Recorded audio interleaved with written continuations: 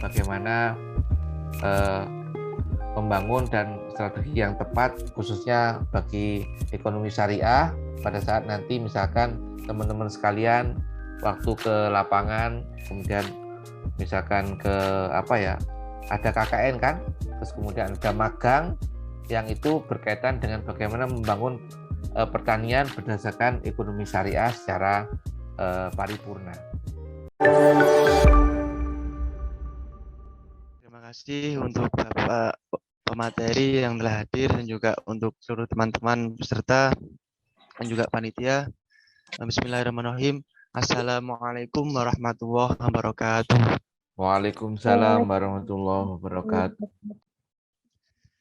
Alhamdulillahirabbil alamin wa bihi nasta'inu ala umuri dunya waddin wassalatu wassalamu ala asrofil anbiya wal mursalin wa ala alihi wa sahbihi rasulillahi ajma'in amma ba'd. Sebelumnya yang saya hormati Kaprodi kita, Kaprodi Ekonomi Syariah Pak Rum Fitrianto SDMIMA dan juga pemateri kita pada pagi hari ini yang sangat luar biasa, Pak Dekan jauh-jauh dari luar pulau dari Madura, Dekan Fakultas Pertanian UTM, Dr. M. Fuad Fauzul Muktamar STP MSI dan juga seluruh peserta yang saya cintai. Pertama-tama marilah kita panjatkan puja-puji syukur kita kehadirat Allah Ta'ala yang telah memberikan kita hidayah serta inayahnya sehingga kita masih dapat berjumpa dalam acara cangkruan kali ini. Nah, untuk kedua kalinya, sholawat wassalam semoga tetap terlimpah curahkan kepada baginda Nabi Agung Nabi Muhammad SAW yang telah membimbing kita dari zaman jahiliyah hingga zaman yang sedang ini ad-dinul Islam. Ketiga kalinya langsung saja mohon izin saya untuk memperkenalkan diri. Nama saya Ardi Pujangga, mahasiswa Ekonomi Syariah semester 4, sekaligus Ketua Departemen Intelektual 5 Prodi Ekonomi Syariah, dan juga pada pagi ini yang berketepatan sebagai moderator dalam acara Cangkruan Ekonomi Syariah Jilid 1 dengan tema strategi dan peran sektor pertanian dalam mewujudkan pertumbuhan ekonomi nasional. Langsung saja untuk teman-teman sebelumnya saya bacakan peraturan untuk cangkruan kali ini ya. Jadi pertama peserta diwajibkan untuk menyalakan kamera on cam selama acara berlangsung. Peserta diharapkan untuk mematikan suara di mute selama proses webinar berlangsung. Selanjutnya peserta diperkenankan menyalakan mic atau unmute saat sesi tanya jawab dimulai. Selanjutnya link absensi akan di-share di akhir acara. Yang terakhir, peserta yang tidak mengikuti cangkruan ekonomi dalam Zoom dan tidak mengisi daftar hadir tidak akan mendapatkan sertifikat. Nah, jadi dimohon untuk teman-teman benar-benar istilahnya mentaati peraturan yang telah kita buat. Baik, langsung saja untuk cangkruan pagi ini akan saya bagi dalam 2 sesi. Sesi yang pertama adalah sesi pemaparan materi selama 30 menit kurang lebih, dan juga sesi berikutnya sesi diskusi atau tanya jawab selama kurang lebih 15 menit. Sebelum masuk ke sesi diskusi, akan saya bacakan CV dari pemateri pada pagi hari ini. Oke, untuk nama Dr. Muhammad Fuad Fauzul Muktamar, alamat Jalan Karangrejo Timur, Wonokromo, Surabaya, nomor telepon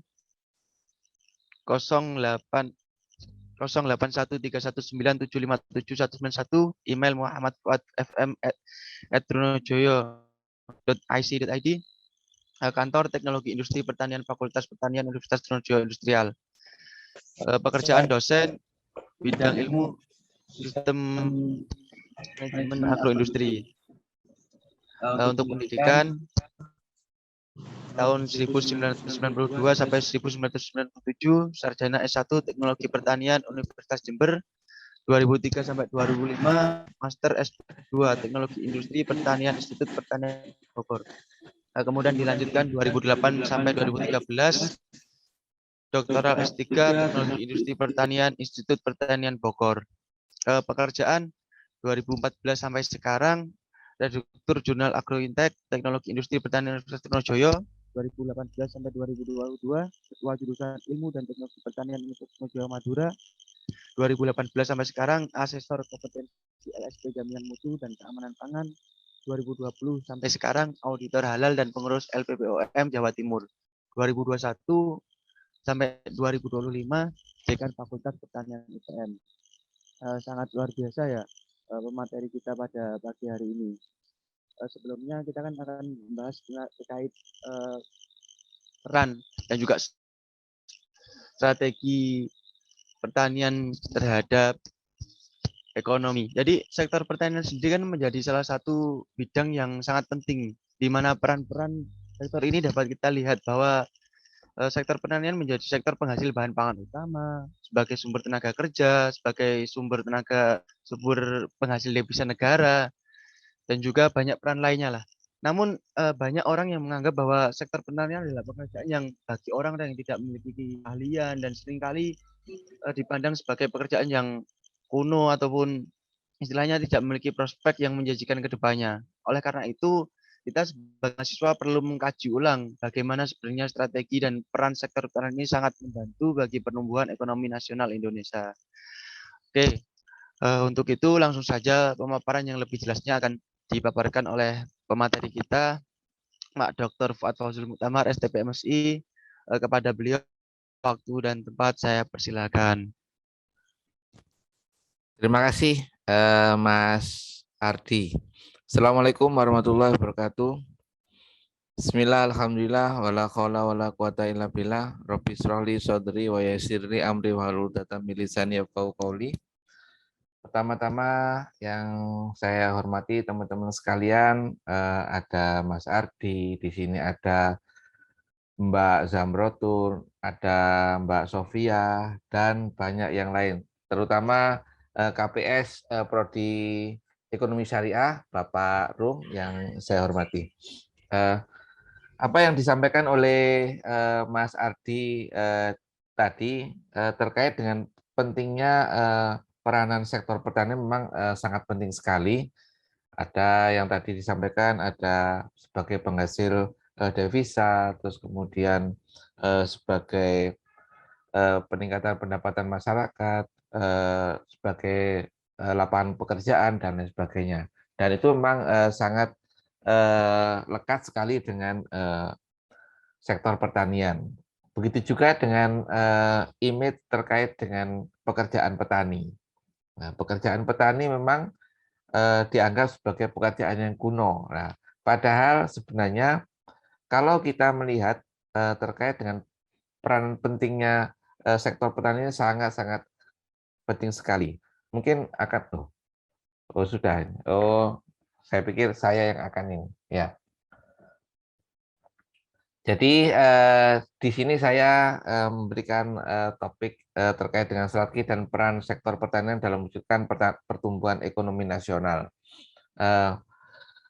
Kita ketahui bahwa kita pada saat kita hidup ini kan yang selalu tidak bisa ditunda itu adalah makan. Ya, semuanya sudah makan ini kan? Atau ada yang puasa, atau puasa Daud dan lain sebagainya, atau puasa yang lain. Nah, pada Sudah, saat Pak, insya Allah. alhamdulillah, iya. Jadi hal yang sangat tidak bisa kita tunda adalah bagaimana memenuhi kebutuhan hidup, khususnya makan dan minum. Nah, makan dan minum itu sangat erat sekali berkaitan dengan pertanian. Kalau tidak ada petani yang menanam padi, kalau tidak ada petani yang menanam kedelai, terus kemudian menanam tebu dan lain sebagainya, maka kita akan tidak bisa menikmati enaknya makan nasi. Terus kemudian manisnya gula. Terus kemudian enaknya rasanya tempe dan lain sebagainya dan tahu. Nah, itu semuanya sangat berkaitan dengan sektor pertanian. Oleh karena itu, di masa pandemi, seperti yang 2 tahun ini berjalan, sektor pertanian merupakan satu-satunya sektor yang mempunyai pertumbuhan ekonomi yang selalu positif. Di mana sektor yang lainnya itu pertumbuhannya negatif atau mengalami inflasi, tapi sektor pertanian itu menjadi satu-satunya sektor yang pertumbuhannya positif, yang sangat berkontribusi besar kepada pertumbuhan ekonomi nasional. Seperti yang terlihat pada slide yang kedua, bisa ditampilkan bahwa kontribusi sektor pertanian terhadap produk domestik bruto itu rata-rata di atas 12% dari produk domestik bruto secara nasional, di mana itu terlihat sekali bahwa 2016 PDB-nya sekitar 13,48 sampai yang terakhir itu yang 2020 kuartal kedua itu 15,46%. Nah, terkait dengan besarnya PDB inilah yang menjadikan sektor pertanian menjadi salah satu sektor yang sangat diandalkan di masa-masa kritis seperti pandemi saat ini. Dengan PDB sekitar 15,46%, itu menunjukkan bahwa hampir sepertiga dari pendapatan nasional itu dihasilkan dari pertanian. Karena selama pandemi, walaupun yang lainnya itu istilahnya mati suri, istilahnya agak tiarap, tetapi sektor pertanian, petani tetap menanam padi, petani tetap menanam tebu, petani tetap ke sawah dan lain sebagainya. Belum lagi yang di perkebunan sawit, perkebunan karet, perkebunan kopi, teh dan lain sebagainya tetap menghasilkan walaupun di masa-masa pandemi. Dan perlu diketahui bahwa di pertanian, khususnya di daerah pedesaan, tentunya yang teman-teman sekalian ketahui bahwa petani itu jarang sakit. Karena ya itu tadi, bekerja tiap pagi kena sinar matahari, terus kemudian olahraga, dan lain sebagainya. Yang itu di masa-masa pandemi, khususnya yang COVID-19 ini, salah satunya yang terapi penyembuhannya kan harus berjemur. Nah, itulah salah satu kelebihan petani yang sangat diandalkan pada saat terjadi pandemi. Oleh karena itu, selama proses pandemi, ekonomi dari sektor pertanian tumbuh positif dibandingkan dengan teman-teman yang lain yang semuanya tumbuhnya adalah negatif. Yang slide yang ketiga, ini yang disampaikan oleh Mas Ardi tadi, bahwa sektor pertanian menjadi sektor yang sangat penting bagi perkembangan ekonomi nasional, di mana sektor pertanian ini sangat berkaitan dengan penyumbang penghasil kebutuhan pangan. Jadi dari beberapa data menunjukkan bahwa perlu diketahui bahwa luas lahan pertanian secara nasional itu sekitar 7,46 juta hektar, di mana 7,46 juta hektar itu kalau ditanami padi itu akan menghasilkan sekitar 17 juta ton padi, atau 17 juta ton beras, yang mana pertumbuhan konsumsi beras untuk Indonesia sendiri itu sekitar 15 juta ton, sehingga ada surplus sekitar 7 juta ton per sekali musim. Nah, dalam perkembangan luas lahan ini, dalam 1 tahun tanam padi itu kan tidak hanya 1 kali, tetapi 2 kali, walaupun yang tanam yang kedua ini tidak sebesar di periode yang pertama.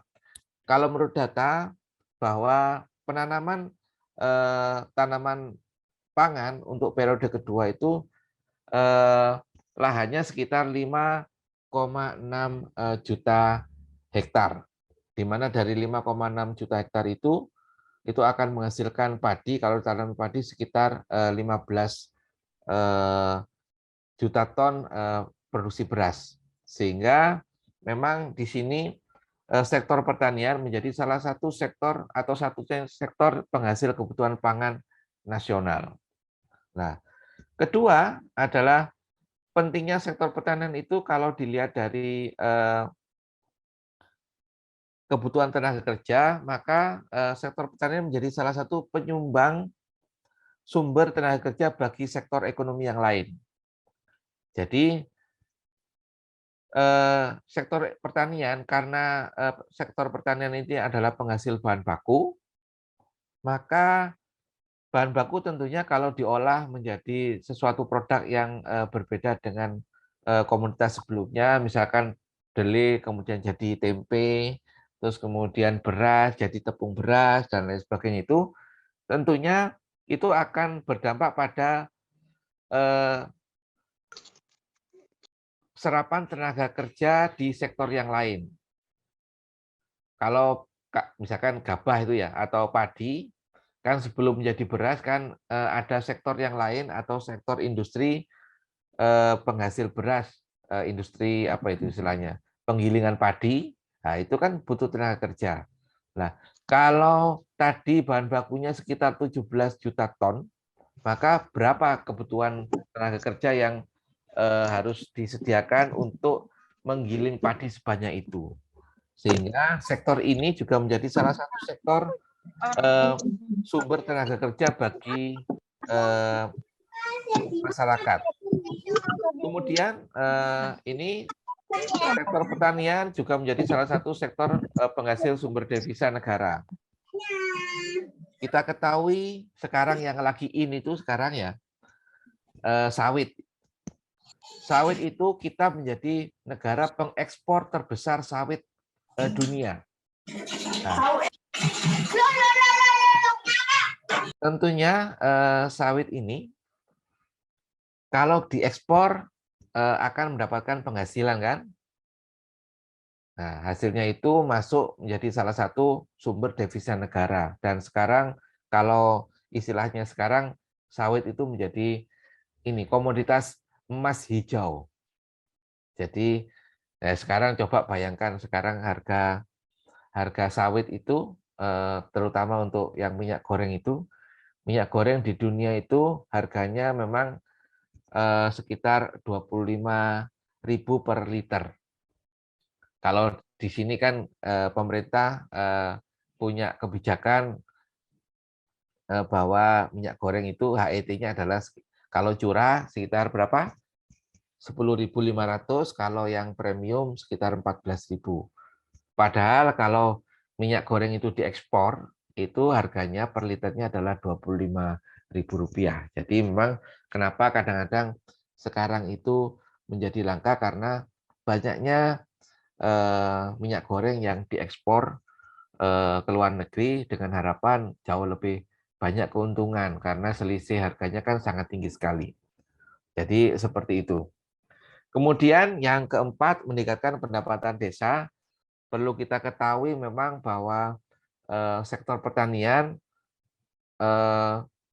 seluruhnya hampir semuanya itu berada di wilayah pedesaan. Jarang sekali sektor pertanian itu berada di wilayah perkotaan, itu sangat jarang sekali. Walaupun memang sekarang ada istilahnya adalah urban farming, tapi itu tidak banyak sekali. Tetapi yang paling besar itu adalah sektor pertanian berada di wilayah pedesaan. Dengan berada di wilayah pedesaan, dengan banyaknya wilayah yang ada di desa itu, maka mau tidak mau pada saat ada panen padi, ada panen hortikultura, ada panen perkebunan, maka salah satu yang berdampak langsung adalah peningkatan pendapatan masyarakat yang ada di desa tersebut. Sehingga dengan pendapatan yang ada di desa itu, maka kesejahteraan petani, kesejahteraan masyarakat itu akan meningkat. Nah, ini adalah data terkait dengan sektor pertanian yang tadi saya sampaikan bahwa di masa-masa pandemi itu masih bertumbuh positif, di mana misalkan ya tahun 2020 itu yang lainnya negatif, minus pertambangan minus 4, kemudian industri itu minus 4, terus kemudian konstruksi minus 4, perdagangan minus 4, dan lainnya itu minus 4. Sektor pertanian itu tumbuh 2,15%. Jadi yang lainnya negatif berarti kan kalau dibandingkan dengan yang lain itu kan selisihnya sekitar 6%. Begitu juga di tahun 2021 awal kita itu masih tumbuh 2,19%. Yang lainnya itu minus sampai ada yang minus 7, perdagangan dan reparasi atau perbengkelan itu sampai minus 7,57%, tetapi sektor pertanian itu 2,19% pertumbuhannya. Nah, ini data terakhir. Memang kalau dari kondisi normal, memang PDB untuk pertanian itu tidak terlalu besar juga terkait dengan pertumbuhannya di kuartal ketiga tahun 2021 ini itu hanya sekitar 1,31, di mana pada saat ada pelonggaran protokol kesehatan, sektor yang lain itu tumbuh dengan pesat 7,78, 3,68 dan seterusnya. Tapi yang perlu kita catat adalah di kondisi apapun, dulu waktu 98 ada krisis ekonomi, kemudian 2008 juga ada krisis ekonomi, tahun 64, 65 juga ada krisis ekonomi. Sektor pertanian menjadi salah satu sektor, satu-satunya sektor penyelamat perekonomian nasional. Jadi itu yang harus kita banggakan di sektor pertanian. Karena saya juga orang pertanian, maka saya juga harus bangga dengan apa yang menjadi kontribusi pertanian di ekonomi nasional. Mungkin bisa dilanjutkan. Selanjutnya, nah ini pertumbuhan PDB menurut lapangan usaha. Jadi kalau dilihat dari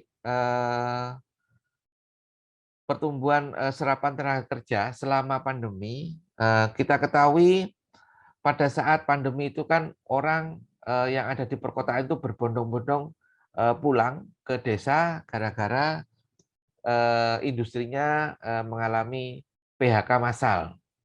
Jadi berapa banyak itu pada tahun 2019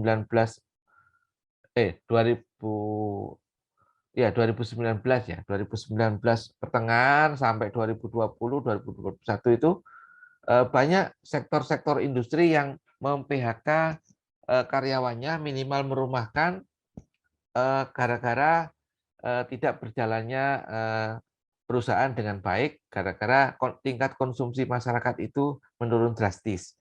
Sehingga pekerja-pekerja itu semuanya pulang ke desa masing-masing, di mana karena di desa, maka mau tidak mau, karena tetap harus menghidupi keluarga, maka salah satu penyelamat untuk mendapatkan pekerjaan adalah di sektor pertanian. Sehingga di sektor pertanian itu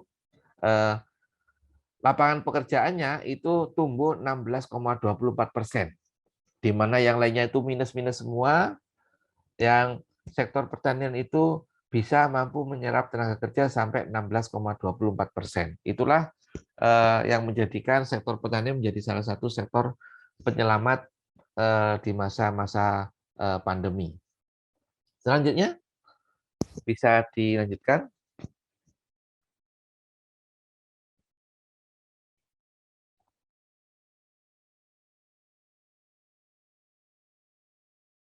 Nah, ini.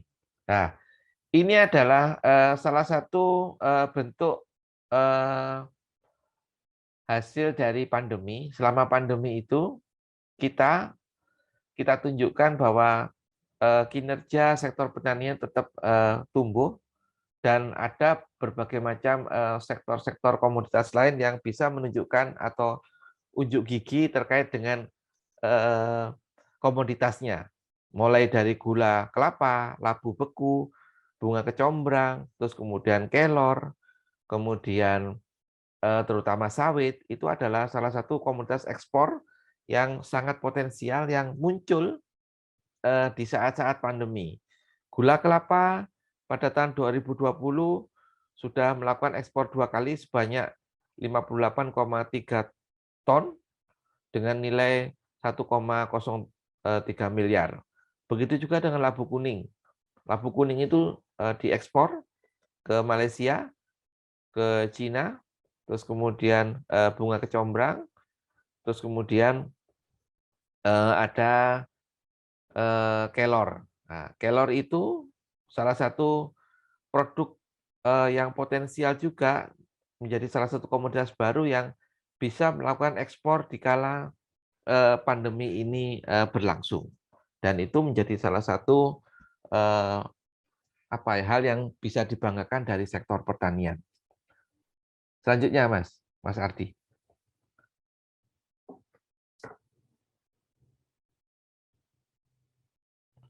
Nah, ini menjadi tantangan bagi kita semua bahwa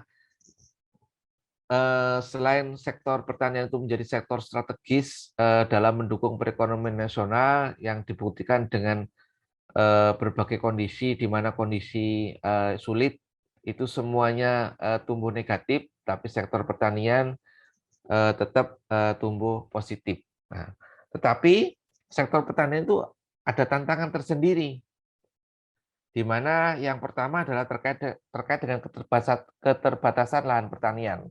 Nah, perlu Anda ketahui bahwa alih fungsi lahan dari pertanian itu tiap tahun itu sekitar 60 berapa ya 600 hektar. Bisa mungkin setelah ini ada datanya. Selain keterbatasan lahan pertanian, ternyata kalau melihat dari postur tenaga kerja yang ada di sektor pertanian ini, memang apa yang disampaikan oleh Mas Ardi tadi bahwa sektor pertanian itu adalah sektor pekerjaan yang kuno, yang itu dianggap oleh golongan milenial adalah pekerjaan yang kuno, memang benar adanya. Karena kalau dilihat dari postur pekerjanya itu hanya sekitar 14 atau 15% petani milenial itu masuk di sektor pertanian. Selebihnya sekitar 74 itu adalah generasi-generasi di atas 50 tahun. Sehingga memang itu menjadi tantangan bagi kita semua, khususnya generasi muda, bahwa bagaimana membangun citra dan image pertanian itu menjadi sektor yang diminati oleh generasi milenial. Dengan adanya teknologi, dengan adanya Internet of Things, itu akan membuka cakrawala bagi petani-petani muda atau generasi-generasi muda untuk bisa masuk ke sektor pertanian. Karena sekarang dengan teknologi, dulu kita kalau menanam padi harus pakai tangan, sekarang sudah bisa pakai mesin. Dengan mesin kita bisa menjalankan mesin tersebut di ruangan yang ber-AC, masuk ke lahan tanpa merasa kepanasan. Nah, itu menjadi salah satu. Begitu juga dengan misalkan kalau dulu menyemprot hama ya di lahan pertanian itu kan selalu pakai manual ya. Kita sekarang sudah bisa menggunakan drone untuk melakukan proses penyemprotan. Sehingga pada saat penyemprotan berlangsung, nah, si operatornya itu tinggal aja di gubuk atau di ruangan yang sejuk, tinggal memainkan remote controlnya, menjalankan drone-nya itu untuk nyemprot tanaman. Nah, sebenarnya teknologi-teknologi tersebut itu sudah sangat mumpuni untuk menjalankan pertanian jauh lebih modern. Kalau di luar negeri itu ada beberapa teknologi yang bisa memproduksi produk pertanian tanpa kepanasan. Jadi di dalam gedung, mulai dari penanaman, pemeliharaan, sampai pemainan itu dilakukan oleh mesin. Dan itu sudah sangat menguntungkan sekali. Kalau saya melihat video-video, mungkin teman-teman juga sekalian bisa melihat di YouTube itu, Anda bisa klik pertanian digital atau digital farming. Nah, itu akan muncul beberapa video-video yang menunjukkan bahwa nanam sayuran itu di ruang tertutup, terus kemudian tanpa ada sentuhan tangan sama sekali, semuanya menggunakan robot, kemudian dilakukan di tray-tray itu ya, di tingkatan-tingkatan yang mana itu akan kontinu setiap hari panennya. Jadi kalau di sawah itu kan panennya kan kalau sayuran kan sekitar 25 sampai 35 hari kan. Nah, itu sekali dalam satu musim. Kalau dilakukan dengan teknologi, maka tiap hari kita bisa memanen sayuran. Tentunya dengan berotasi kan. Oh, yang tanam hari ini akan panen 35 hari berikutnya. Tetapi pada tanam sekian hari berikutnya, nah begitu seterusnya. Nah, terkait dengan ini, nah ini. Selain golongan milenial yang tidak terlalu suka terhadap sektor pertanian, ternyata hal yang juga menjadi tantangan bagi sektor pertanian adalah dari 33 juta petani, itu 15,8 jutanya itu adalah petani gurem. Jadi petani yang kecil-kecil itu, petani atau pertanian yang diusahakan hanya untuk kebutuhan sehari-hari. Dan itu sangat rentan sekali terhadap ekonomi baik keluarga maupun secara nasional. Karena kalau hanya cukup untuk dimakan sehari-hari, maka kemungkinan besar dalam proses penanamannya atau investasinya itu paling baik di apa ya, diprediksi itu akan ngutang biasanya. Jadi untuk menanam itu mereka berhutang. Nah, karena berhutang maka biasanya yaitu tadi dalam pembelanjaan sehari-harinya tetap berhutang dengan nanti dengan harapan dengan panen, hasil panennya digunakan untuk menutupi utang. Nah, terkait dengan ekonomi syariah, maka ini menjadi salah satu tantangan bagi teman-teman sekalian yang berada di ekonomi syariah, bagaimana penyediaan modal yang cocok dan menguntungkan bagi kedua belah pihak, tapi pada intinya adalah bagaimana membantu petani agar bisa lebih survive yang sesuai dengan syariat Islam tentunya. Jadi misalkan ya sistem bagi hasil, tapi bagi hasilnya kalau saya melihat kalau sekarang bagi hasil dan bagi kerugian juga harusnya. Jadi pada saat petani rugi maka si pemberi modal misalkan bank syariah atau apa itu ya itu juga harusnya bisa memaklumi kalau ya sudah kita tanggung berdua atau kita tanggung bersama terkait dengan kerugiannya. Kalau sekarang kan enggak. Kalau rugi ya tetap disuruh bayar hutangnya. Nah, kadang-kadang itu yang mungkin bagi teman-teman yang dari ekonomi syariah itu bagaimana memberikan solusi terkait dengan sistem investasi bagi pertanian. Memang sekarang mulai ada pertanian yang diasuransikan, tetapi masih tidak banyak. Terus kemudian bagaimana pembiayaan secara syar'i yang tidak memberatkan bagi petani, tetapi masih menguntungkan bagi si pemberi pinjaman. Nah, terkait dengan keterbatasan lahan ini, mungkin slide selanjutnya, Mas Ardi. Nah, ini yang tadi saya sampaikan, jumlah dan usia petani. Nah, ini. Ternyata yang di antara 25 sampai 30 tahun itu hanya 10%. Kurang dari 25 tahun itu hanya sekitar 1%. Yang 55 sampai 64 tahun itu 22,16%, kemudian yang 45 sampai 54 tahun itu 28. Jadi coba Anda lihat di sini bahwa kalau Anda jumlahkan dari 28 ke 22 itu kan hampir 50%.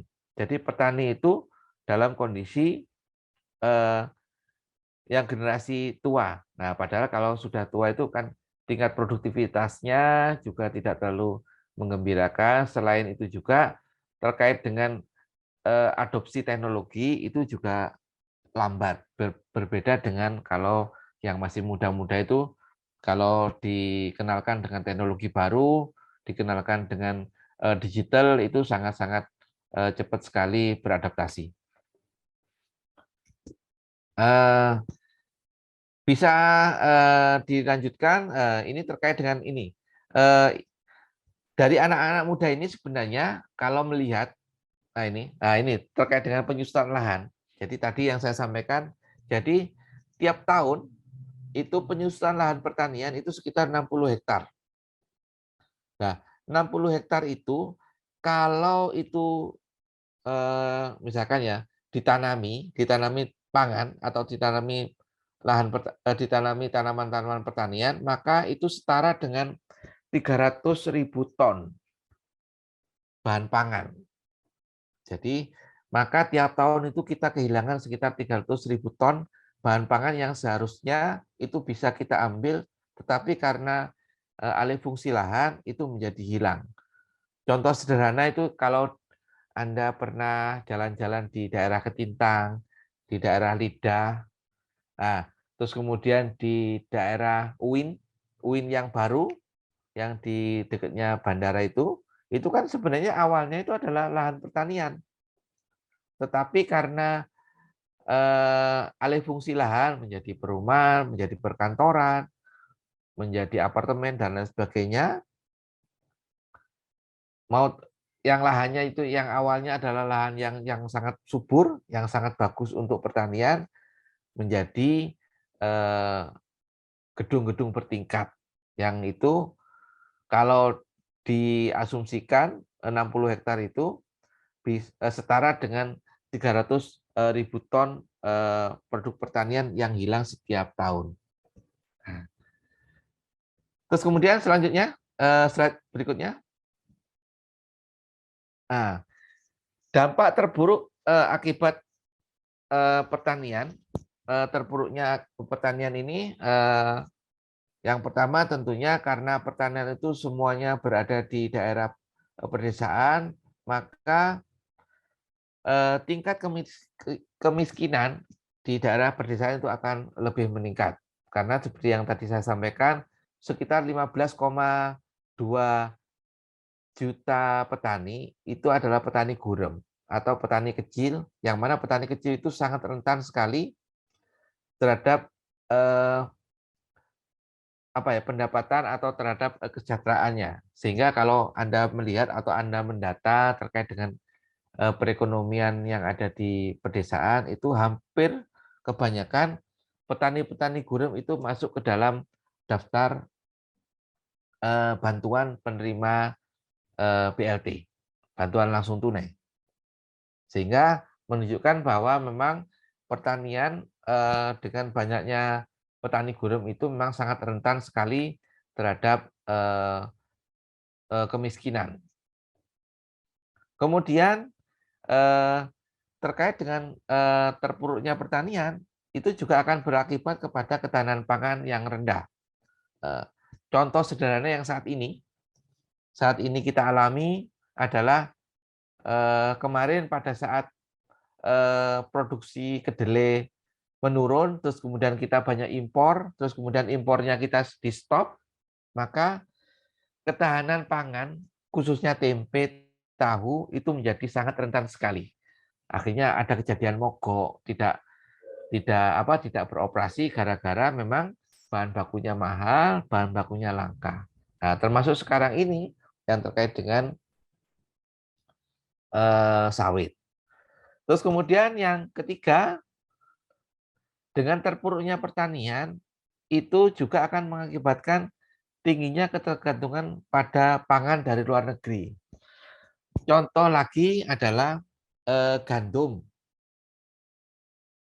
Jadi gandum itu memang tidak terlalu bagus kalau ditanam di Indonesia, tetapi karena di Indonesia itu khususnya teman-teman mahasiswa juga ini, bahwa sangat suka terhadap mie instan, padahal mie instan itu bahan bakunya adalah gandum.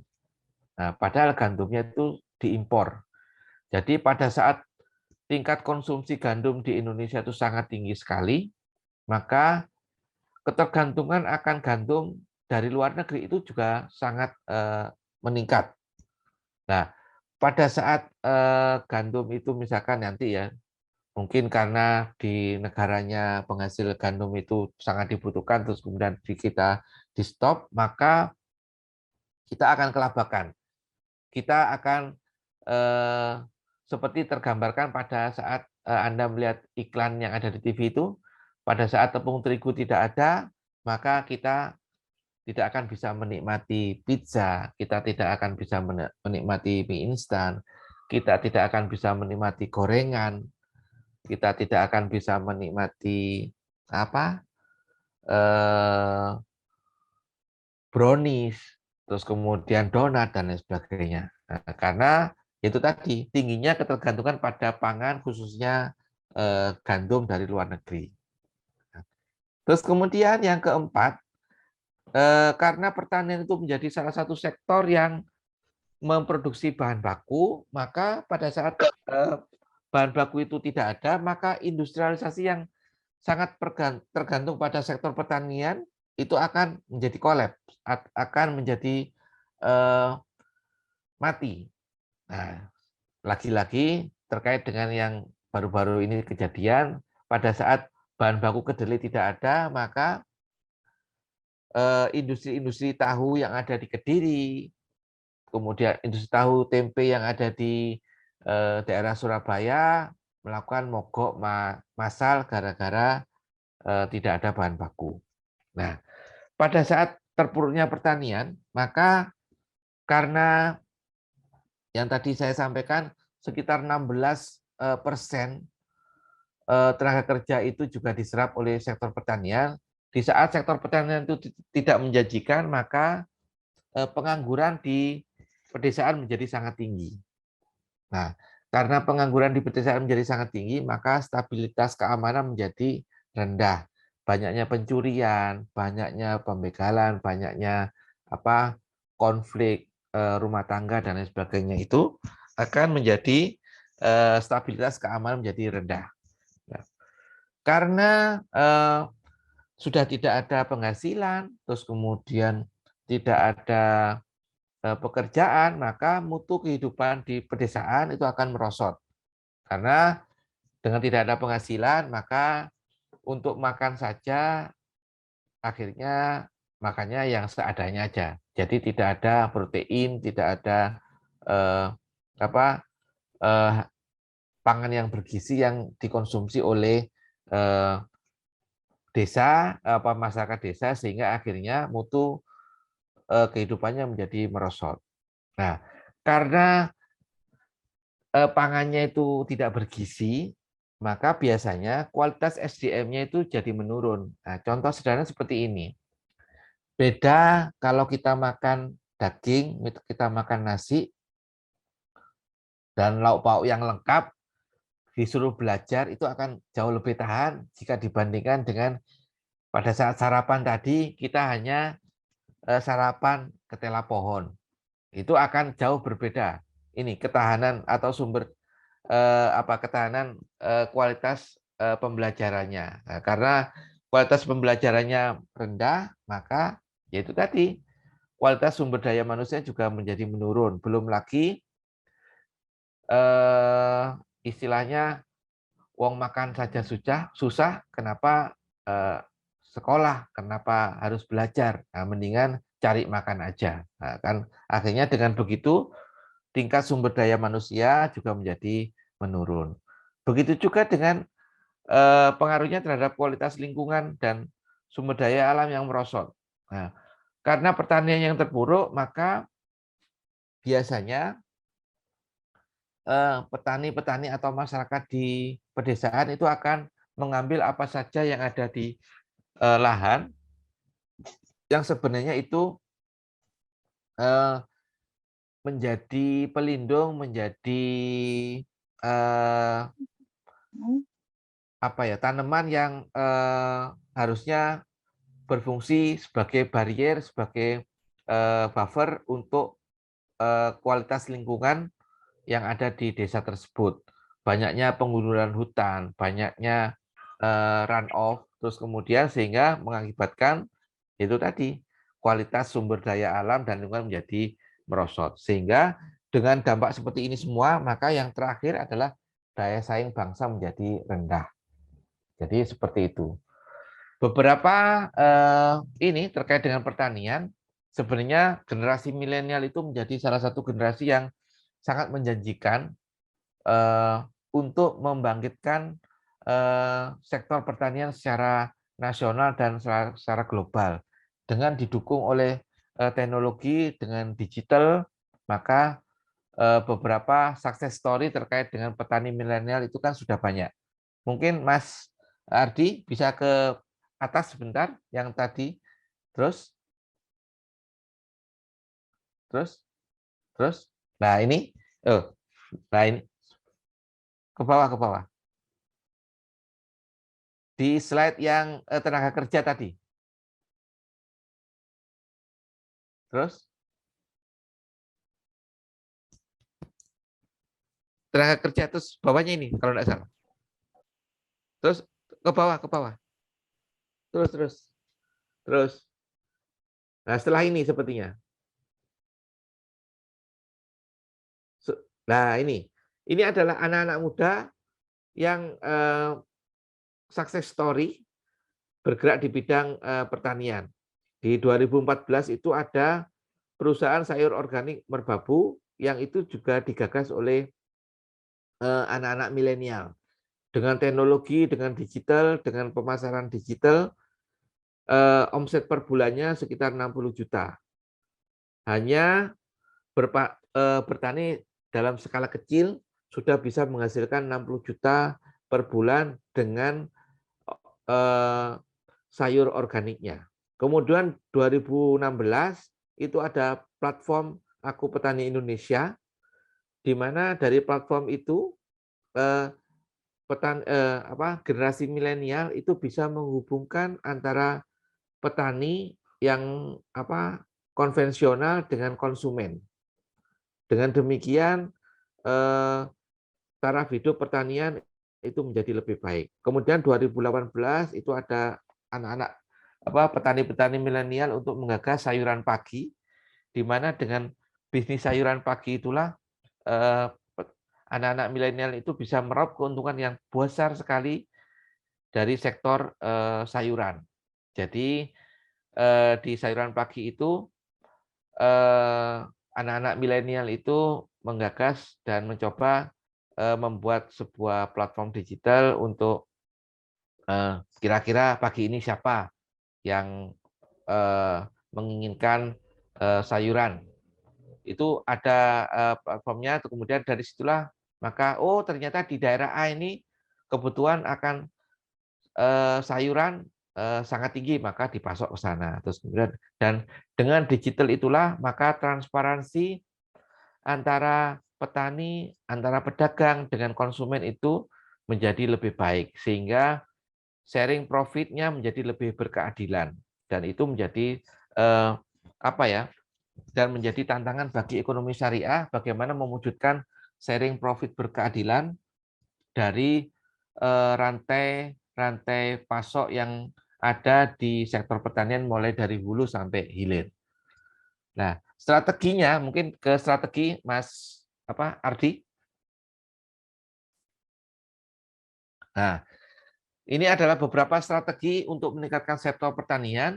Yang pertama terkait dengan bagaimana membangun pedesaan sesuai dengan strategi pembangunan nasional dan daerah. Nah, bagaimana kebijakan dari pemerintah untuk mendukung pembangunan pedesaan berbasis pertanian itu. Terus kemudian yang kedua adalah pemanfaatan potensi desa secara rasional. Nah, kenapa saya tulis ini secara rasional dan optimal? Karena terkadang potensi-potensi daerah desa terutama itu terkadang dalam merencanakan itu ada yang tidak rasional. Misalkan seperti ini. Misalkan di suatu daerah itu potensi daerahnya misalkan padi. Ternyata di situ si daerah tersebut misalkan fokusnya ke industri kedelai atau ke industri pakan ternak. Nah, padahal potensi daerah di situ yang banyak adalah padi. Nah, itu yang tidak rasional. Terus kemudian terkait dengan rasional lagi terkait dengan ini produksinya. Nah, produksinya misalkan di daerah tersebut 10 ton. Terus kemudian dibangunkan industri penggilingan padi dengan kapasitas misalkan ya 1.000 ton, padahal bahan bakunya hanya 10 ton. Nah, itu tidak rasional. Terus kemudian yang ketiga terkait dengan pengembangan landasan kuat bagi masyarakat desa untuk tumbuh dan berkembang atas kemampuan sendiri. Jadi ini lebih ke arah berdikari. Jadi bagaimana kehidupan bermasyarakat, kehidupan kita itu selalu didasarkan kepada berdikari. Jangan sampai karena begini ada adagium bahwa kalau kita hidup secara sederhana itu akan mudah dalam pemenuhan kebutuhan sehari-hari. Tetapi kalau kehidupan sehari-hari itu berdasarkan gaya hidup, nah itu akan menjadi tantangan karena sesuai dengan hukum fisika, semakin banyak tekanan itu akan semakin memperbesar kondisi stres. Kan seperti itu ya. Dengan gaya hidup yang tinggi tidak menyesuaikan kondisi kondisi pemasukan itu akan mengakibatkan berjalannya kehidupan itu menjadi besar pasak daripada tiang dan itu tidak bagus.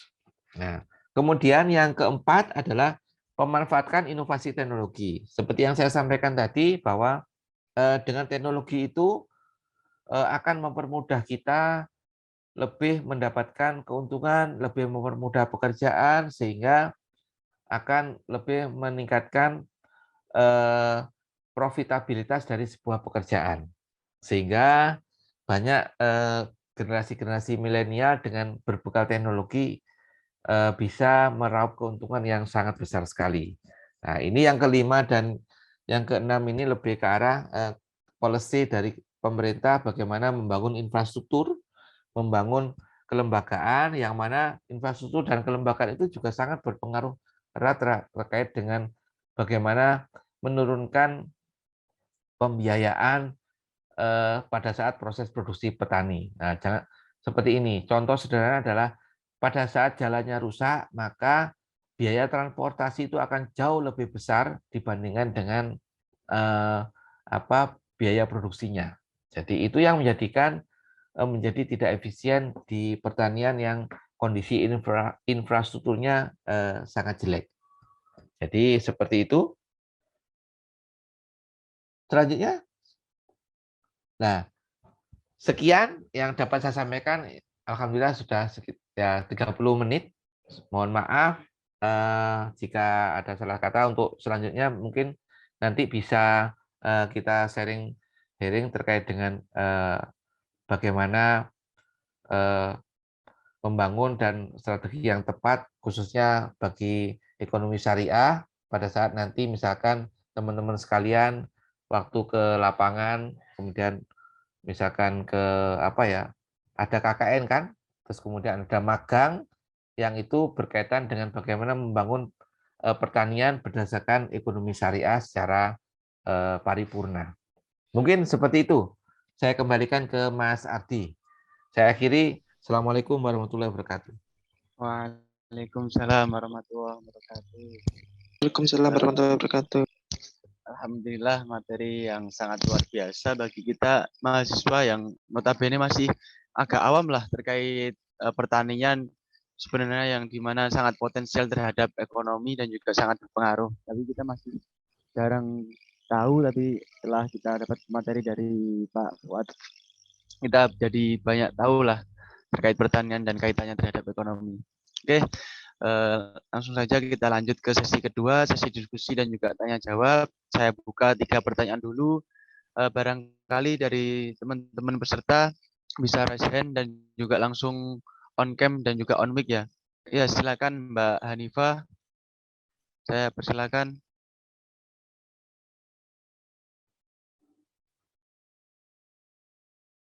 Ya, jika mic-nya nggak bisa ditanyakan lewat kolom chat, nggak apa-apa, Mbak.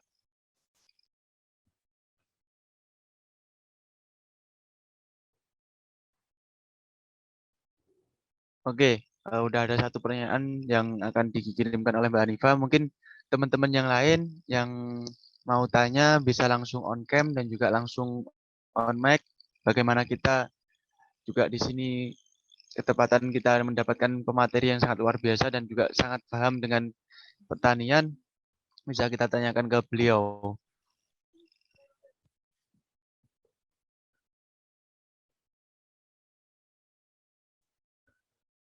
Di sini ini generasi milenial itu paling banyak tidak tahu apa tanaman padi seperti apa, mungkin ada yang tidak tahu juga paling.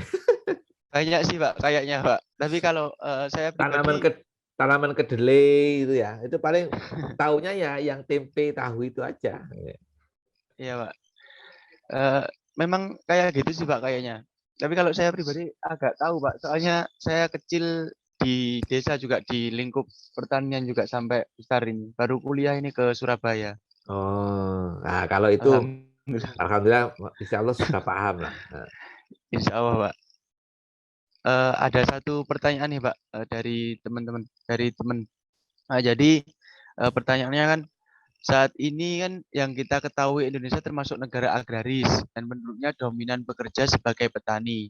Namun ada apa? Mengapa Indonesia tetap mengimpor beras setiap tahunnya? Ini banyak, ini yang sering digoreng-goreng sama teman-teman, Mbak. Indonesia kan negara agraris, negara yang istilahnya pertaniannya luas lah, banyak. Tapi kenapa kok masih mengimpor beras dari setiap tahunnya gitu, Pak? Mungkin dijawab langsung atau di... Ya, saya jawab langsung aja. Ya, Pak, silakan. Memang sebenarnya terkait dengan impor beras ini adalah, tapi kalau 4 tahun terakhir sudah tidak ada impor beras. Jadi sebenarnya impor beras itu sangat bergantung terkait dengan political will dari pemerintah, di mana terkadang ya kadang-kadang ada beberapa apa ya pedagang-pedagang yang memang mendorong-dorong pemerintah untuk impor. Padahal kalau disampaikan oleh Kementerian Pertanian bahwa dengan luas lahan 7,46 hektar, 7,46 juta hektar, itu kita bisa menghasilkan beras sekitar 17 juta ton. Padahal kebutuhannya hanya 15. Nah, setiap tahunnya. Sehingga sebenarnya tidak ada alasan untuk kita impor beras, dan alhamdulillah bisa dibuktikan di tahun-tahun terakhir ini sekitar, kalau tidak salah, sekitar sudah lama saya tidak mendengar adanya impor beras itu. Kalau tidak salah sekitar 5 tahunan sudah tidak ada impor beras. Ya itu tadi, karena memang dibutuhkan political will dari pemerintah untuk men-stop impor beras. Walaupun memang diiming-imingi ini bahwa beras yang dari luar negeri itu jauh lebih murah dibandingkan dengan produksi beras yang ada di Indonesia. Nah, padahal sebenarnya kayak gitu itu merupakan jebakan Batman, dalam artian atau food trap, di mana pada saat kita selalu mengimpor beras, maka dengan awal-awalnya adalah harganya murah, ya. Awal-awalnya kan harganya murah. Nah, dengan harga murah itu maka akhirnya petani yang ada di Indonesia atau petani yang ada di dalam negeri itu akhirnya ogah-ogahan menanam padi. Karena kenapa? Karena memang ya itu tadi tidak tidak untung kalau kita menanam padi terus kemudian harganya kalau hanya segitu. Misalkan ya dari apa impor itu harganya misalkan hanya 6.000 misalkan ya. Padahal kita kalau produksi kita harganya untuk normalnya sekitar 8.000. Maka memang di awal-awal pada saat ini kita dimanjakan di awal-awal itu, dimanjakan akhirnya petani-petani itu alas anu aja beli aja, nggak usah nanam, rugi kalau nanam, toh enak kita tinggal beli, terus kemudian datanglah beras, kan hanya gitu. Tetapi suatu saat nanti pada saat petani sudah tidak suka nanam beras, tidak menanam padi, maka lambat laun itu akan naik harganya itu. Harganya naik, naik, akhirnya karena kita ketergantungan, maka impornya itu akan jauh menjadi sangat besar pada saat kita sudah tidak ada petani yang mau nanam, maka akhirnya mereka akan memainkan harga dengan seenak-enaknya atau semena-mena.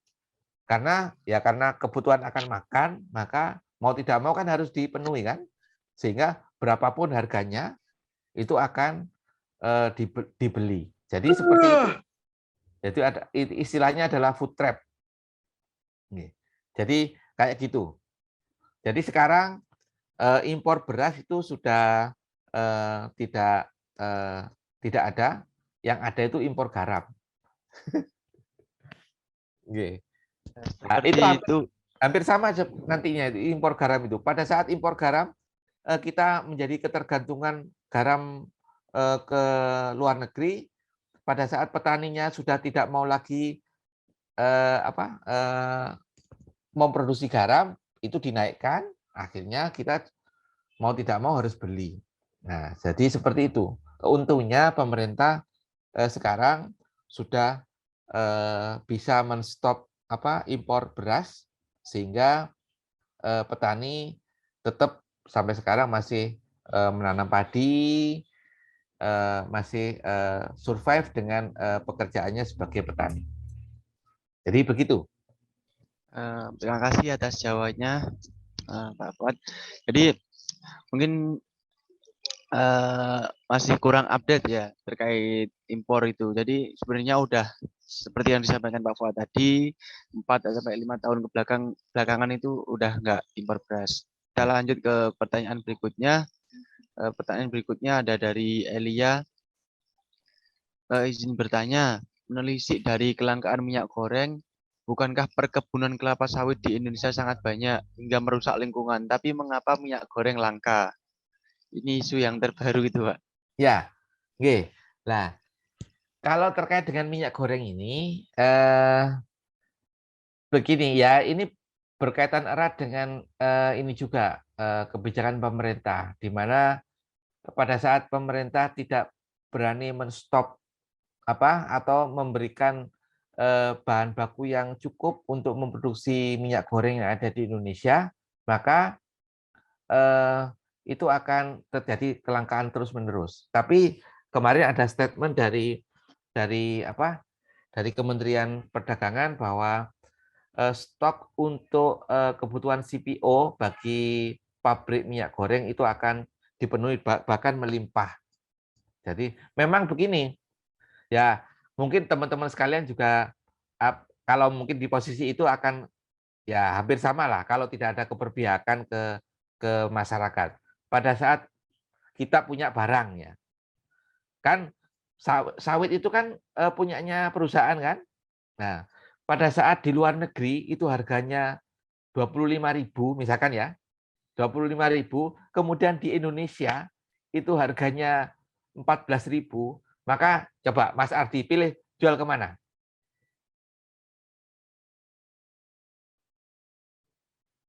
Di Indonesia, Pak, katanya ini, Pak. Oh, Secara logika, secara naluri perdagangan akan jual ke luar negeri Nggih, dengan Pak, saestu. iming-iming 25.000 per liter, terus kemudian di sini hanya dihargai 14.000 per liter, mendingan saya terjual ke luar negeri. Nah, kan seperti itu. Oleh karena itu memang pertama perlu ada keberpihakan si pengusaha untuk selalu memenuhi kebutuhan dalam negeri. Terus kemudian yang kedua terkait dengan kebijakan juga dari pemerintah untuk berani menstop bukan menstop sih, memberi kecukupan terkait dengan bahan baku industri minyak goreng. Itu karena itu tadi kalau pengusaha itu saya jual aja ke luar negeri jauh lebih untung ketimbang ini. Nah, seperti itu. Nah, jadi terkait dengan kelangkaan minyak goreng mungkin ke depan insya Allah dalam waktu dekat mungkin sudah bisa tertangani. Memang terkadang itu tadi ada beberapa spekulan-spekulan yang memanfaatkan kondisi seperti ini untuk menimbun. Jadi memang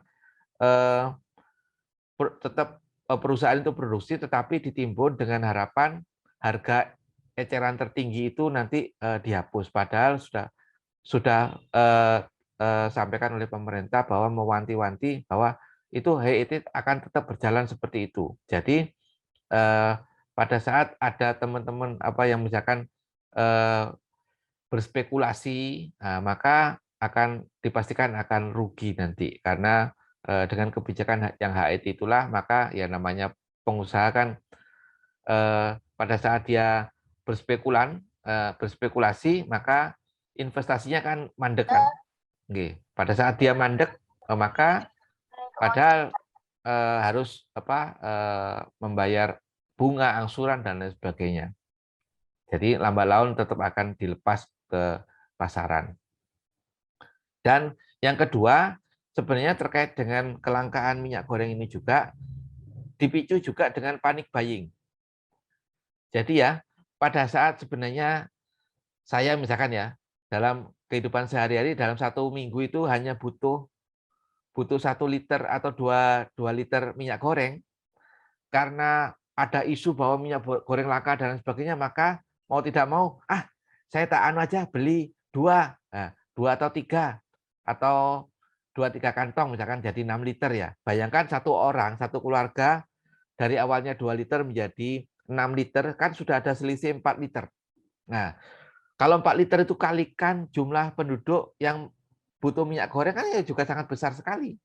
Nah, jadi kayak gitu. Jadi memang dipicu pertama adalah memang terjadi produksinya yang tidak lancar, distribusinya juga tidak lancar, termasuk juga adanya kepanikan dari konsumen untuk membeli lebih banyak dari hari-hari biasanya. Nah, karena membeli lebih banyak, maka otomatis yaitu hukum ekonomi, supply and demand kan itu. Semakin banyak yang membutuhkan, maka biasanya harga itu akan semakin naik.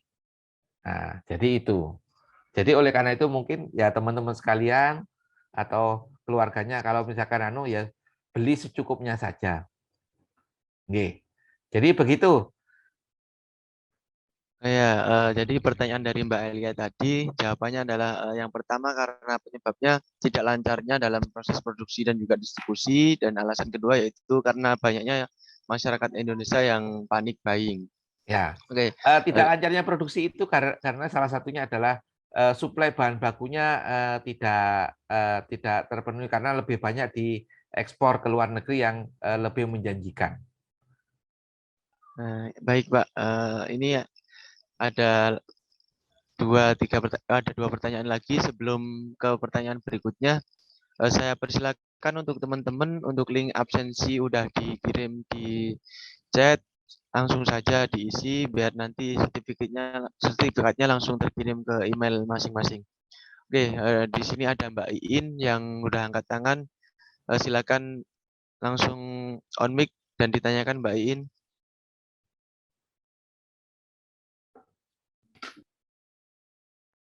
Baik, terima kasih atas waktunya. Saya izin bertanya. Indonesia dikenal dengan negara pertanian terbesar di Asia Tenggara, di mana pertanian ini bisa menguasai pada pasar modal. Nah, yang ingin saya tanyakan, bagaimana menurut pendapat Bapak terkait pentingnya penekanan produktivitas pertanian supaya sektor pertanian pada masa kini itu bisa dilirik oleh saham pada pasar modal. Terima kasih, Pak. Oke. Terima kasih. Pertama terkait dengan sektor pertanian, memang sektor pertanian ini adalah salah satu sektor yang dalam tanda kutip risikonya tinggi. Kenapa risikonya tinggi? Karena sangat berkaitan erat dengan iklim, sangat berkaitan erat dengan kondisi lingkungan, adanya hama, penyakit, dan lain sebagainya. Oleh karena itu, sektor ini memang tidak banyak dilirik oleh pasar modal, karena risiko kegagalannya itu sangat tinggi.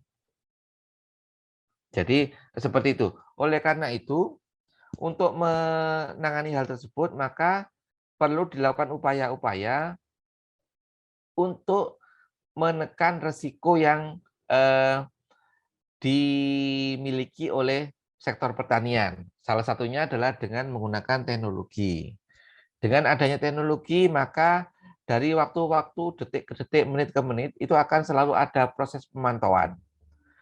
Selalu akan ada proses apa istilahnya penanganan, di mana pada saat ada kejadian tertentu, maka akan segera tertangani. Sehingga dengan begitu, maka resiko kegagalan panen itu akan rendah.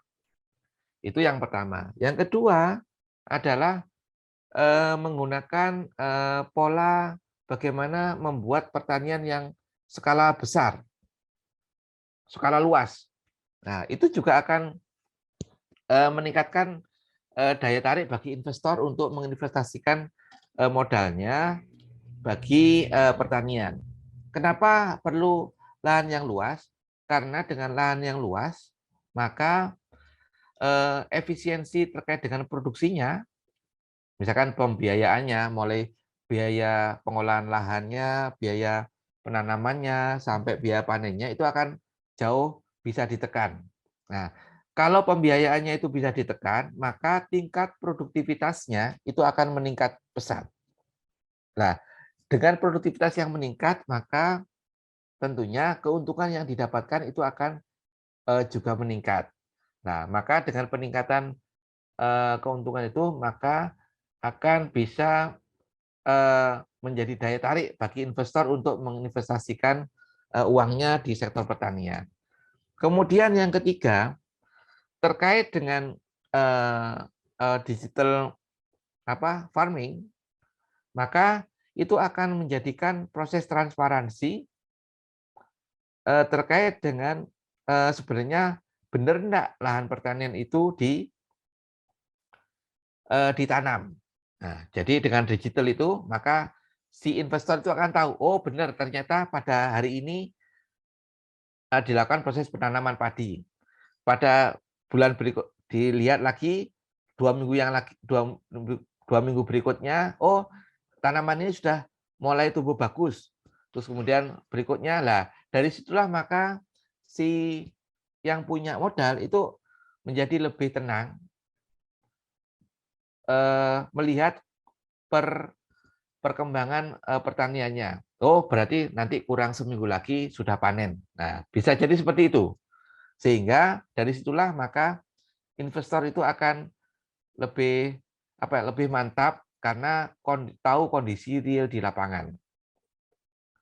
Nah, oleh karena itu yang dilakukan oleh anak-anak muda, oleh teman-teman milenial untuk bergerak di sektor pertanian. Bagaimana menjembatani petani dengan konsumen. Contoh sederhana kayak gini tadi. Jadi ada petani sayur organik atau petani sayuran pagi itu selalu melihatkan bahwa ini loh tanaman kita seperti ini di pagi hari ini yang nanti akan kami kirim ke konsumen. Nah, itu akan menjadikan pertanian jadi lebih menarik, lebih seksi lah istilahnya seperti itu. Sehingga jadikan investor itu merasa oh ini peluang yang bagus ini kalau uang saya akan saya tanamkan ke sektor pertanian. Dengan asumsi memang itu tadi, sektor pertanian itu tidak akan mati selama masih ada kehidupan. Karena kehidupan masih butuh makan, manusia masih butuh minum, dan lain sebagainya. Dan tidak bisa ditahan. Ya. Kalau sudah lapar itu, ya sudah, cari apa aja, nah itu butuh pertanian. Jadi begitu Mbak Iin. Ya, baik Bapak. Mungkin dari Mbak Iin cukup atau ada sanggahan atau pertanyaan kembali?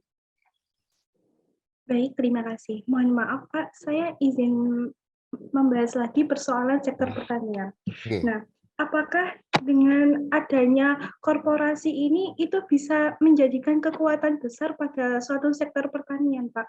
Karena kan mungkin perspektif saya kan mungkin dengan adanya korporasi ini kan dari segabungan petani itu seperti bisa meningkatkan pertaniannya jadi lebih gitu loh Pak.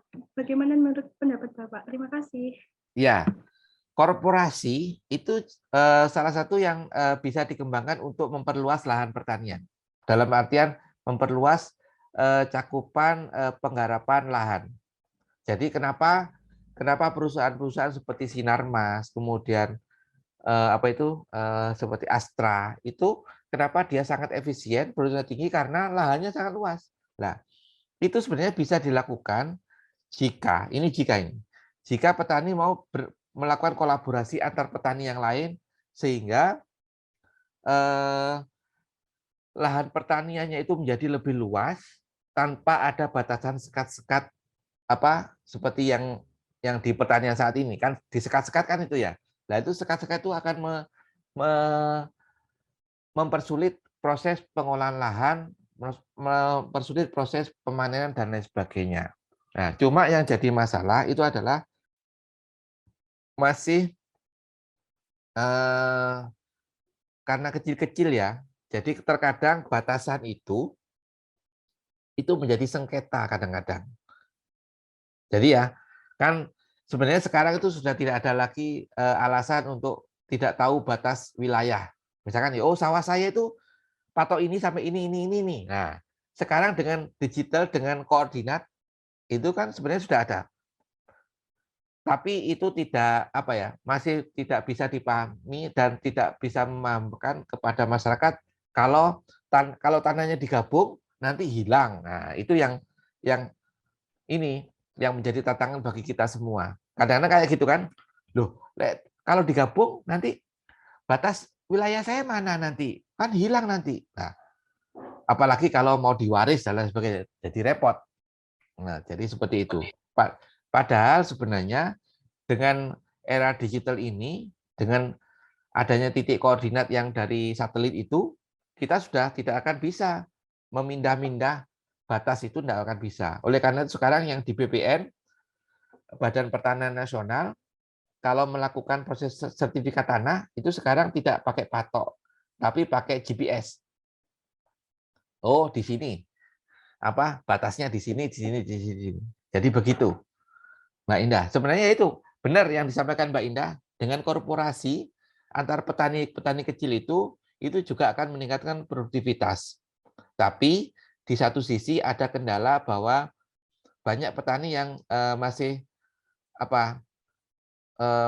tradisional menganggap bahwa batas wilayah itu tidak boleh dihilangkan. Jadi galengan itu ya, apa istilahnya galengan? Apa Ardi?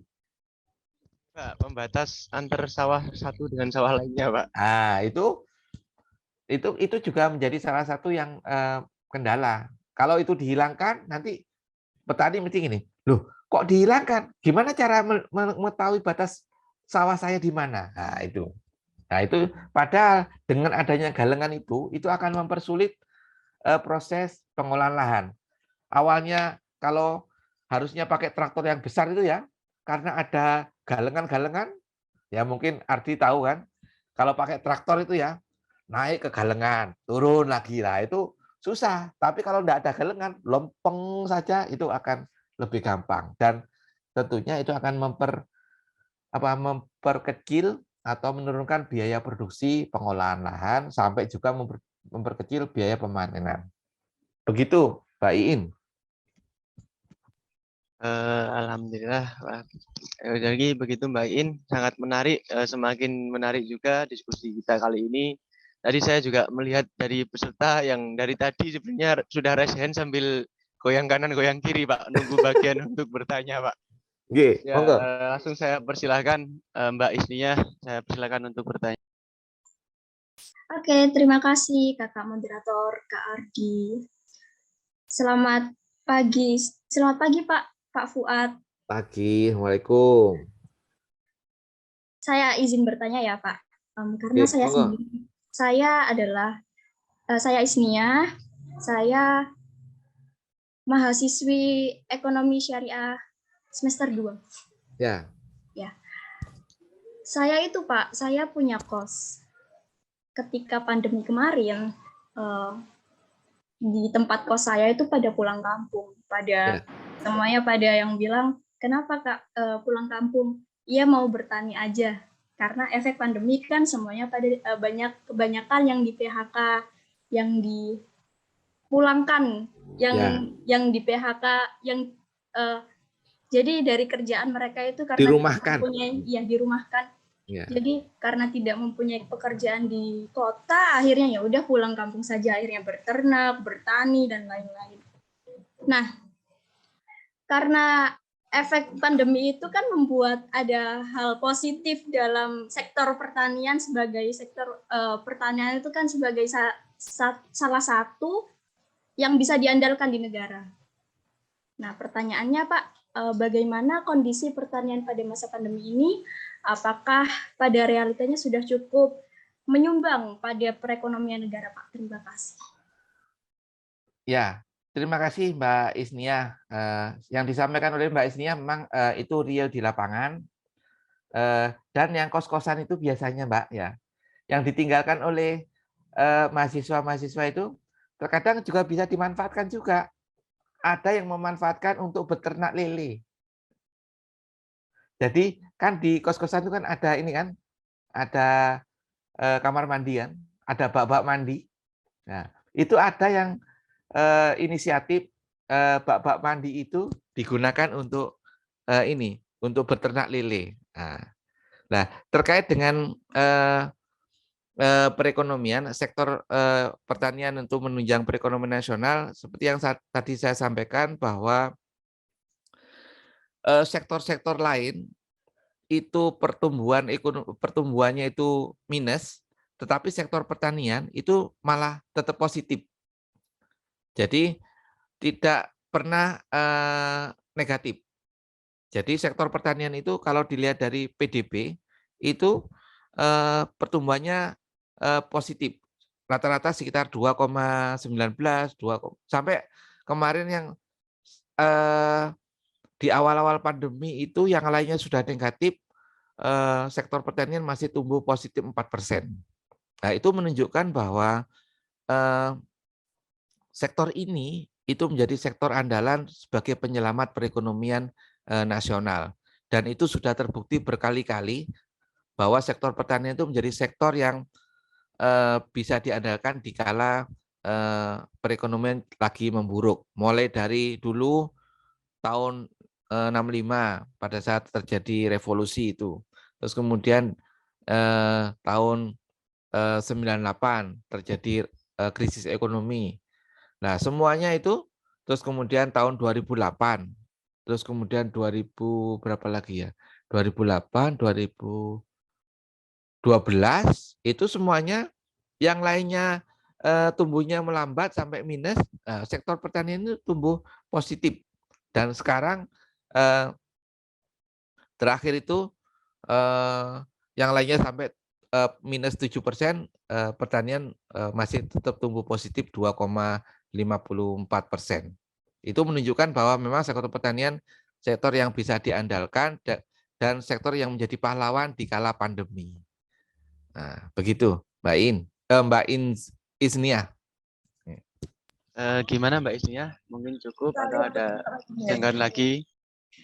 Cukup Kak, terima kasih Pak penjelasannya. Terima kasih Mas Ardi. Oke, sama-sama. Masih ada 2 pertanyaan lagi, Pak. Barangkali alhamdulillah masih ada waktu sekitar 10 menit untuk 2 pertanyaan ini. Jadi ada pertanyaan yang sangat panjang ini dari kolom chat. Oke. Jadi mohon izin tanya melalui chat. Di masa kini pertanian cukup menjadi pusat pekerjaan masyarakat di Indonesia, khususnya pada masyarakat yang notabene bertempat tinggal di wilayah pedesaan. Saat ini banyak metode ataupun teori baru tentang pertanian seperti kultur, tanaman biokimia, dan lain-lain yang cukup maju dan efisien untuk digunakan saat ini. Dikarenakan juga ada teknologi yang dapat membantu masyarakat dalam melakukan pertanian.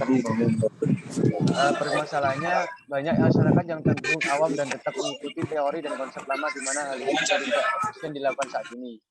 Pertanyaannya, bagaimana caranya kita menyebarkan ilmu baru tersebut agar masyarakat dapat mempunyai value SDM yang juga mengikuti kemajuan teknologi dan juga menyikapi permasalahan ekspor-impor sumber daya alam yang masih terus terjadi saat ini. Bagaimana kebijakan pemerintah menyikapi hal tersebut? Pada intinya mungkin yang ditanyakan oleh Raffi, sekarang dengan berkembangnya teknologi yang sangat pesat, Pak. Bagaimana mahasiswa ataupun pemuda itu bisa mensosialisasikan atau istilahnya menyebarkan ke petani-petani yang masih konvensional gitu. Dan bagaimana juga sikap pemerintah terhadap petani yang masih banyak konvensional dan belum bisa maju dengan teknologi yang ada. Gitu, Pak. Oke, terima kasih. Terkait dengan teknologi ini, hal yang sangat efektif yang harus dilakukan, terutama bagi mahasiswa untuk berkiprah adalah melakukan secara real di lapangan bagaimana penerapan teknologi yang ada. Dalam artian begini, kan mahasiswa itu unggul di bidang literasi ya. Jadi membaca beberapa teknologi dan lain sebagainya.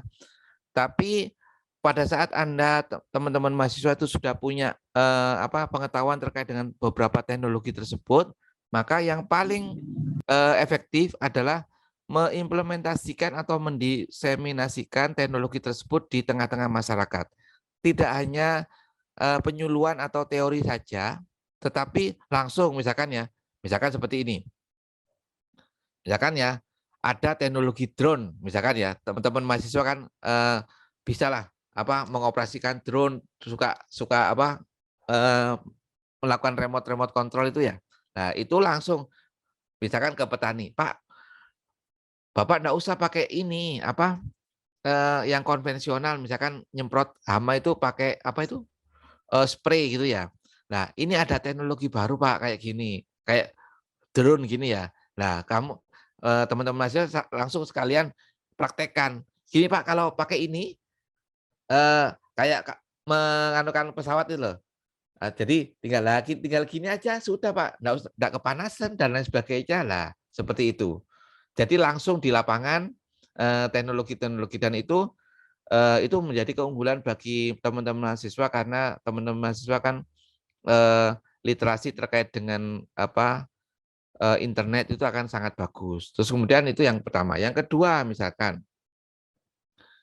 terkait dengan isu-isu lingkungan misalkan ya. Kalau dulu penggunaan pestisida untuk membunuh tikus itu ya.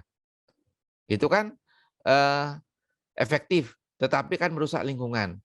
Dengan teman-teman mahasiswa misalkan banyak literasi, oh ternyata sebenarnya tikus itu bisa dibunuh dengan menggunakan predatornya alami. Contoh misalkan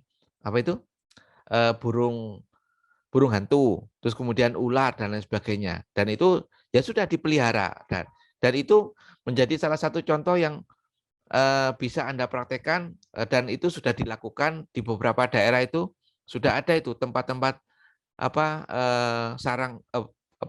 sarang burung kakak tua di tengah sawah. Nah, seperti itu menjadi kontribusi mahasiswa untuk langsung mengimplementasikan teknologi yang sederhana yang mungkin tidak terlalu memberatkan si petani.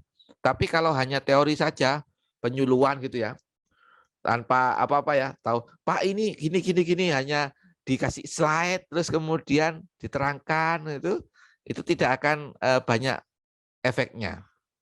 Termasuk juga seperti ini. Saya pernah menemukan anak-anak muda itu jadi dia menggunakan teknologi vacuum frying untuk meningkatkan nilai tambah dari dari bawang merah. Bawang merah kan murah ya. Kalau dijual biasa, tapi pada saat digoreng pakai vacuum frying, itu harganya jauh lebih mahal. Yang awalnya sekilo 20.000 menjadi seperempat 100.000. Nah, seperti itu. Jadi langsung praktek di lapangan terkait dengan teknologi yang Anda baca, Anda Anda ketahui. Jadi langsung praktek di lapangan. Nah, dan itu tentunya kolaborasi dengan teman-teman yang lain. Kalau misalkan ekonomi syariah seperti ini ya, kan tentunya terkait dengan teknologi pertanian kan tidak kurang terlalu paham, maka mungkin dari himpunan ekonomi syariah misalkan menggandeng teman-teman dari misalkan dari ITS, dari UNER dan lain sebagainya, termasuk dari Trunojoyo kayak saat ini, nah itu sangat dimungkinkan untuk lebih mempercepat proses diseminasi teknologi yang sangat bermanfaat bagi masyarakat pertanian di Indonesia. Jadi seperti itu, Mas Ardi. Terima kasih Bapak atas jawabannya. Lanjut ke pertanyaan yang terakhir mungkin ini Pak. Pertanyaan terakhir dari Mbak Elia lagi. Ini Pak, izin bertanya, apakah pemerintah memiliki program untuk menangani penyusutan lahan pertanian? Dilihat saat ini lahan pertanian sudah banyak dialihkan ke lahan industri maupun dibuat rumah. Ya, terkait dengan bagaimana strategi pemerintah untuk menanggulangi penyusutan lahan, sekarang sudah ada undang-undang untuk melindungi lahan produktif, di mana lahan produktif pertanian itu tidak boleh atau tidak bisa dialihfungsikan. Namun, kalau tidak salah, jadi ada lahan pertanian abadi, dan itu tidak bisa dialihfungsikan ke dalam bentuk apapun. Jadi, dan itu ada insentifnya bagi si pemilik lahan. Selain itu juga terkait dengan ini alih fungsi lahan, memang bagaimana untuk menekan alih fungsi lahan itu salah satunya adalah bagaimana meningkatkan pendapatan petani dengan melakukan misalkan adanya pembinaan, dengan melakukan insentif-insentif yang sangat bermanfaat bagi petani agar lahannya itu tidak dialihfungsikan. Jadi ada dua kegiatan. Yang pertama terkait dengan adanya undang-undang yang menjamin bahwa tanah pertanian sekarang itu ada tanah pertanian abadi yang itu tidak bisa dialihfungsikan. Dan itu kalau ada yang mengalihfungsikan itu tidak akan bisa diproses karena itu tadi ada undang-undangnya. Kemudian yang kedua adalah bagaimana pemerintah mengupayakan untuk melakukan subsidi atau insentif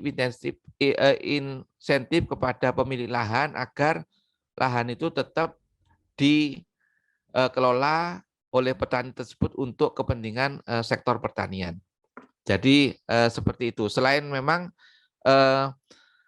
pertanian, kalau pemerintah itu juga mencetak lahan-lahan sawah di luar Pulau Jawa. Jadi di Kalimantan, di Sulawesi, kemudian di Sumatera itu banyak program-program pemerintah untuk mencetak lahan-lahan sawah baru agar yaitu tadi mengimbangi terjadinya alih fungsi lahan. Tapi yang di sini yang ditanyakan oleh Mbak siapa tadi itu bahwa kalau alih fungsi lahan itu yang terutama yang terpenting adalah bagaimana mempertahankan lahan-lahan yang sudah ada yang produktif yang bagus sekali itu agar tidak dialihfungsikan. Salah satunya dengan adanya undang-undang yang menyebutkan adanya lahan pertanian abadi dan itu tidak bisa dialihfungsikan ke apapun. Jadi begitu, Mas Ardi. Bapak, terima kasih atas jawabannya. Ternyata nggak kerasa Pak ya, tadi udah penyampaian materi dan juga udah banyak diskusi, banyak bertanya, sampai sekarang udah mau jam 11 siang ini Pak. Oke. Barangkali kita cukupkan terlebih dahulu teman-teman, barangkali kita bisa belajar lagi kapan waktu dengan Pak Fuad.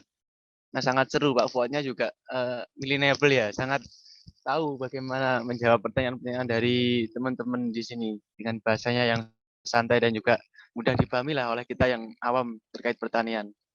Oke, Terima baik. kasih. Sebelum saya tutup, izinkan saya membacakan sedikit kesimpulan dari materi pada pagi hari ini. Yang pertama, di mana sektor pertanian ini memiliki peran yang sangat penting, udah yang disebutkan tadi, yaitu penghasil kebutuhan pangan, sumber tenaga kerja bagi sektor ekonomi lain, salah satu penghasil devisa negara, meningkatkan pendapatan desa, dan juga meningkatkan kesejahteraan rakyat perusahaan. Selain itu, sektor pertanian juga menjadi salah satu penyelamat dalam segala keadaan. Selanjutnya, banyak komoditas baru juga, misalkan di 2020 ada kayak yang sangat potensial itu seperti gula kelapa, labu beku, dan juga bunga kecombrang. Selain itu, ada tantangan juga di sektor pertanian, seperti terbatasnya lahan pertanian, jumlah dan usia petani, dan juga penyusutan lahan, dan juga tantangan yang lain.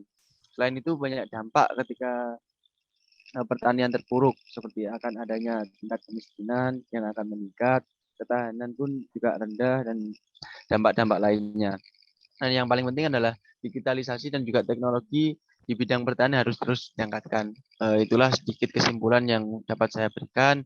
Sebelum saya tutup, saya ucapkan banyak terima kasih kepada Pak Fuad dan juga kepada teman-teman yang telah hadir dalam acara pada pagi hari ini. Baik Pak, mungkin untuk media kita sebelum kita tutup ada dokumentasi Pak. Ya, Bagi teman-teman yang belum on cam, silakan on cam. Oke, udah banyak yang on cam nih. Ya, udah banyak yang on cam. Langsung saja saya hitung untuk media, langsung disiapkan ya. Oke, 1, 2, 3. Oke. Kalau pertanian nggak pakai apa Pak? Kayak ada tangannya kayak gimana gitu misalkan? Nggak ada Pak ya? Nggak ada. Ya udah. Satu kali lagi. Oke, kayak bebas. Oke. Masa begini? Ya gini Pak, gini kalau gitu Pak. Ya seluruh peserta diajak sama Pak Fuad untuk pertanian tangannya kayak gini katanya. Oke, dihitung lagi. 1, 2, 3. Oke. Sangat seru sekali ya ternyata cangkruan pada pagi hari ini. Sekali lagi saya ucapkan banyak-banyak terima kasih atas luangan waktunya Pak Fuad. Semoga lain-lain kali waktu kita bisa diskusi kembali terkait pertanian dan juga ekonomi. Oke. Saya sebagai moderator, apabila ada kurang lebihnya saya mohon maaf, apabila ada salah kata dan juga salah-salah lainnya. Terima kasih. Langsung saja saya tutup, saya akhiri. Wassalamualaikum warahmatullahi wabarakatuh. Waalaikumsalam warahmatullahi wabarakatuh.